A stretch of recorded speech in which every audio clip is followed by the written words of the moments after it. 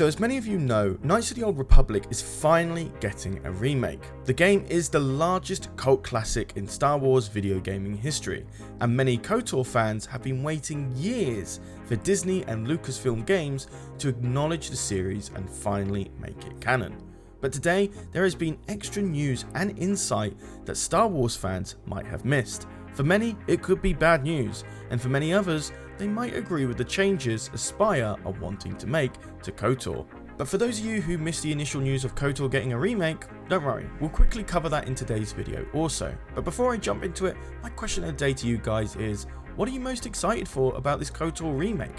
Is it characters like Revan, or are you more interested in how the Old Republic era is represented in canon compared to Legends? Let me know your thoughts and opinions in the comments down below. I read all of them and I'll try to get back to some of you as well. But with that out of the way, let's dive right into the video. So what do we know about the KOTOR remake so far? Jason Schreier, a game journalist for Bloomberg, has teased at some sort of a KOTOR sequel or a KOTOR remake for some time now. Because of the lack of evidence, there wasn't really too much of an uproar around this. We've covered it on the channel before and it boiled down to don't get excited about there being a sequel. Turns out that statement aged like milk, because Jason Schreier went on a podcast called The Min Max Show and announced in his own words that Knights of the Old Republic 1 is being completely remade from the ground up. And the studio that's making this is none other than Aspyr Media. They've worked on things like Civilization 6, Mork Red last year, and plenty of Star Wars games, such as Star Wars Jedi Knight 2, Jedi Outcast, as well as none other than the huge MMORPG Star Wars Knights of the Old Republic. So they are certainly used to working with Lucasfilm in the past. There were leaks that the company was hiring tons of animators, programmers and developers to join on for a AAA project, which turns out to be this Star Wars game itself.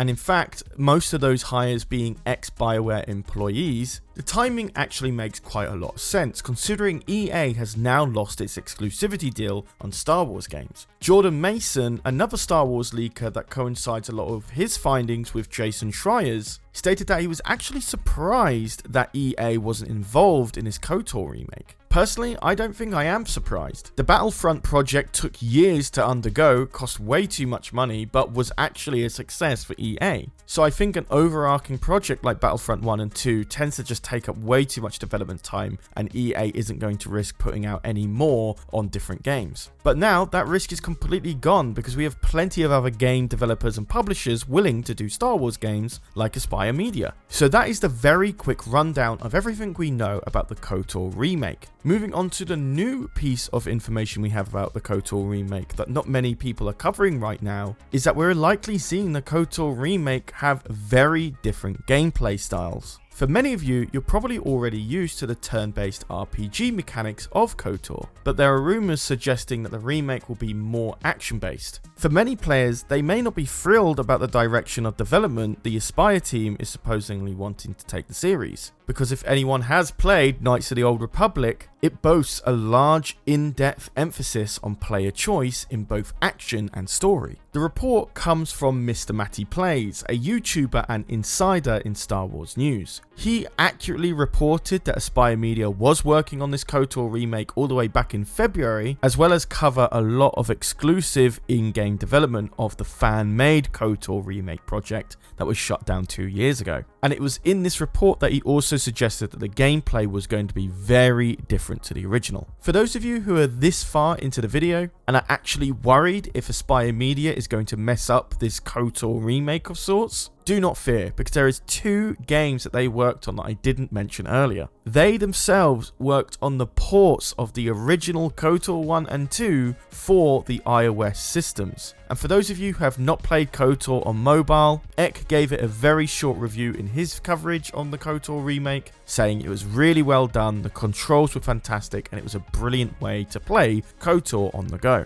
That, alongside all the other Star Wars games they've worked on, this is definitely a good track record for a game developer working on a project like this. And for those of you who are worried about how they managed games in the past, remember, they hired a lot of ex-BioWare employees that probably worked on the original project. So in reality, this is actually a dream team if you think about it. Yes, I'm cautiously optimistic, but with all this news in front of us, this actually looks like a good thing. Not to mention the mainstream focus in terms of gameplay has shifted a lot since KOTOR actually released. Turn-based RPGs are just not that impactful anymore. Not to mention, they're not that fantastic for consoles either. So introducing a Mass Effect 2/3 style of gameplay might make a lot of sense and open up new Star Wars fans to actually try out KOTOR for the first time. And ultimately, this is where we draw the line between what is a remake and what is a remaster. It's been very recently since the KOTOR games have been ported. So it definitely doesn't make sense to make a carbon copy of the original but with 2021 graphics. There are plenty of fans that say they would love something like that, but ultimately probably won't buy it because they already played the original 2 years ago. This has to be something new, this has to be something fresh, but still have the same characters and the same grandiose story that the original once had. Take a look at how Resident Evil 2 on the PS1 was remade for the PS4. People love that game, and people love how Capcom handled that project. I think players' receptions to remakes of games like Resident Evil has actually inspired publishers to actually try the same with Star Wars games. But not just Capcom, look how they remade Final Fantasy VII. They completely eradicated the turn-based mechanics and integrated a completely new combat system. That actually worked wonders for them and actually got a lot of mainstream players to actually try out Final Fantasy VII for the first time. Just unfortunately, turn-based mechanics will actually deter a lot of Western gamers. And whilst the storyline for KOTOR is really rich and powerful, there are a few things that could definitely be tweaked here and there. Public people are so pathetic, sitting around groveling at the table scraps the galactic senators deign to give you. It makes me sick. The senators work for the good of the whole galaxy, not for individual gain. Ha! Don't make me laugh, you gutless simp.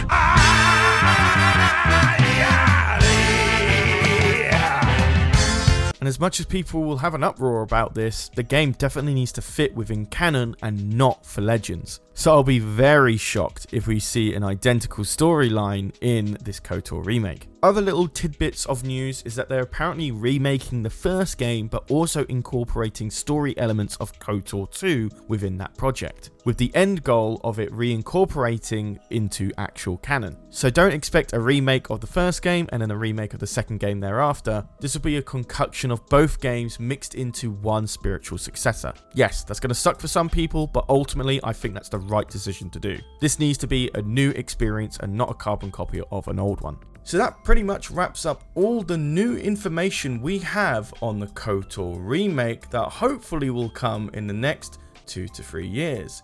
So what do you think about these gameplay changes? Do you prefer the more turn-based mechanics of the original KOTOR game, or are you more excited about the Mass Effect 2/3 style of action RPG with a bit more increased melee capabilities of a new KOTOR remake? Let me know that, as well as the question of the day, which is, what are you most excited about for KOTOR remake? Let me know all your thoughts and opinions in the comments down below. And of course, if you like this video, please give us a thumbs up. It really helps the channel grow. But besides that, I have been Charlie, you've been watching EcksToo, and I'll see you in the next video. Take care, guys.